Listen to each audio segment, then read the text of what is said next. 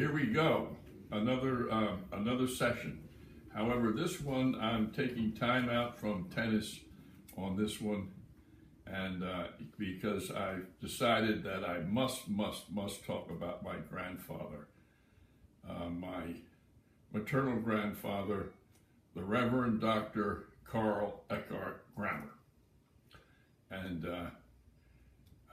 grandfather Grammer was my mother's father, and he is without the slightest doubt the most important intellectual influence on my life.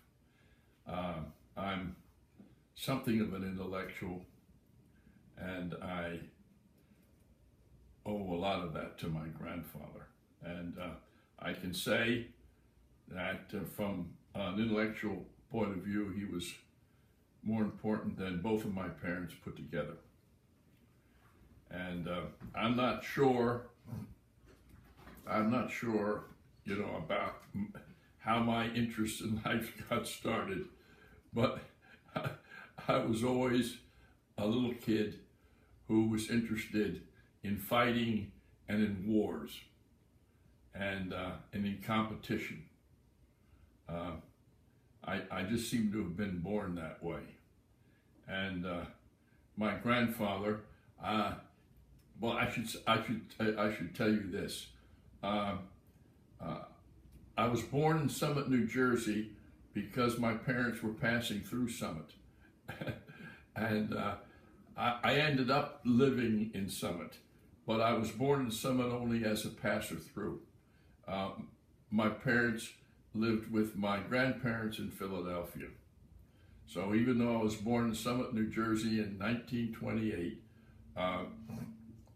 my real home was on Clinton Street in downtown Philadelphia, in the home of my grandfather. And he was an Episcopal minister. And so how does an Episcopal minister have this great influence over me, the war child?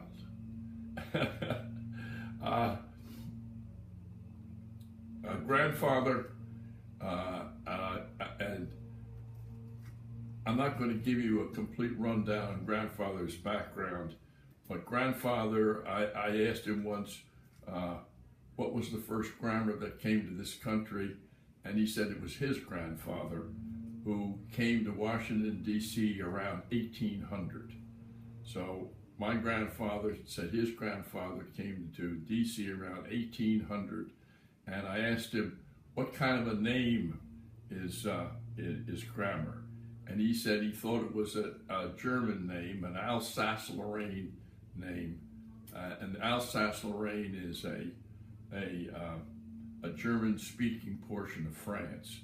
And he said he felt his grandfather came here to avoid being drafted into Napoleon's army. That Napoleon was rampaging all around Europe and had conquered Alsace-Lorraine and joined it to France and was recruiting soldiers, and he wanted out and came to America. Now, why am I telling you that? I guess that's a good starting point.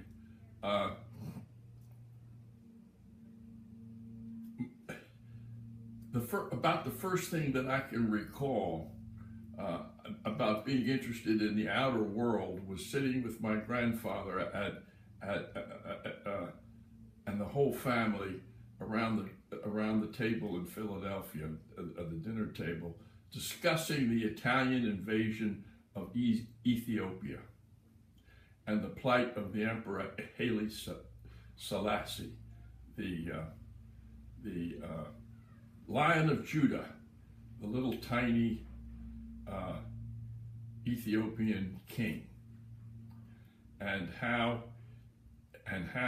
he had gone from Ethiopia to the League of Nations in the Hague in Holland to plead with the League of Nations to protect Ethiopia from Italy, which had invaded. And I recall my grandfather saying that if the League of Nations didn't support Haile Selassie, the League of Nations was through, finished. And I don't know how old that makes me as to interest in foreign affairs, but that is the first case that I can remember that really interested me in foreign affairs. And I remember practically everything my grandfather ever said to me when it came to war and politics and foreign affairs. And of course, grandfather was right. The League of Nations did nothing to help Haile Selassie, and Italy conquered Ethiopia, and the League of Nations was a zero from that instant on. And now, when I was 5 years old, I moved from Philadelphia to Summit, New Jersey. My parents got a house in Summit, and so I moved back to to Summit, and started a new life, and boy, was it different. I mean, I won't go into how different and why, but I'm now a country boy, because not a downtown Philadelphia little boy. But soon my grandfather retired from the Episcopal Church. He was running Philadelphia's largest downtown Episcopal church, and he was a very important person in his day. And he had retired, and he moved to Summit to be near us, our family, really. And he bought a house down the street, a couple of houses away. And the positioning of the house was extremely important because the house was between our house and the elementary school. So that meant that I passed his house every morning and every time I came home. And it's coming home at night when I would stop in always and see my grandfather on my way home. Now, why would I be seeing my grandfather on my way home? Because he was the guy that would talk to me about what was going on in the world. And this was the time when Adolf Hitler, Benito Mussolini, and all those guys were getting going, and you would see and hear pictures of their armies. And I just was fascinated with armies.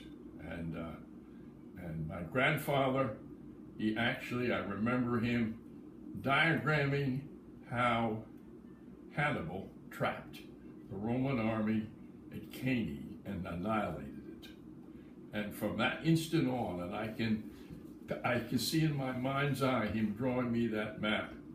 And I must have been about 7 or 8, 9 in that age group, and I was a goner. And I discussed military matters with him extensively.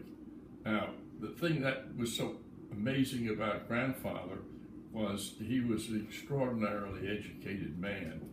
And even though he was a minister, he was the kind of guy who encouraged your interests. For instance, he worked with my brother Carl on poetry and the English language. And for some reason, Carl being different, Carl always wanted to be a poet. And Carl was very interested in plays and in novels and in literature, but not me. I was interested in war. And grandfather just fed me. And so let me tell you a bit about grandfathers at this point. He was a son of an Episcopal minister, but he didn't want to be an Episcopal minister initially. He was a graduate of Johns Hopkins University in Baltimore, and when he graduated, he went to the Yale Law School. He got a law degree, and after a week or two of law practice, he decided, I don't want to do this. I want to be a minister after all.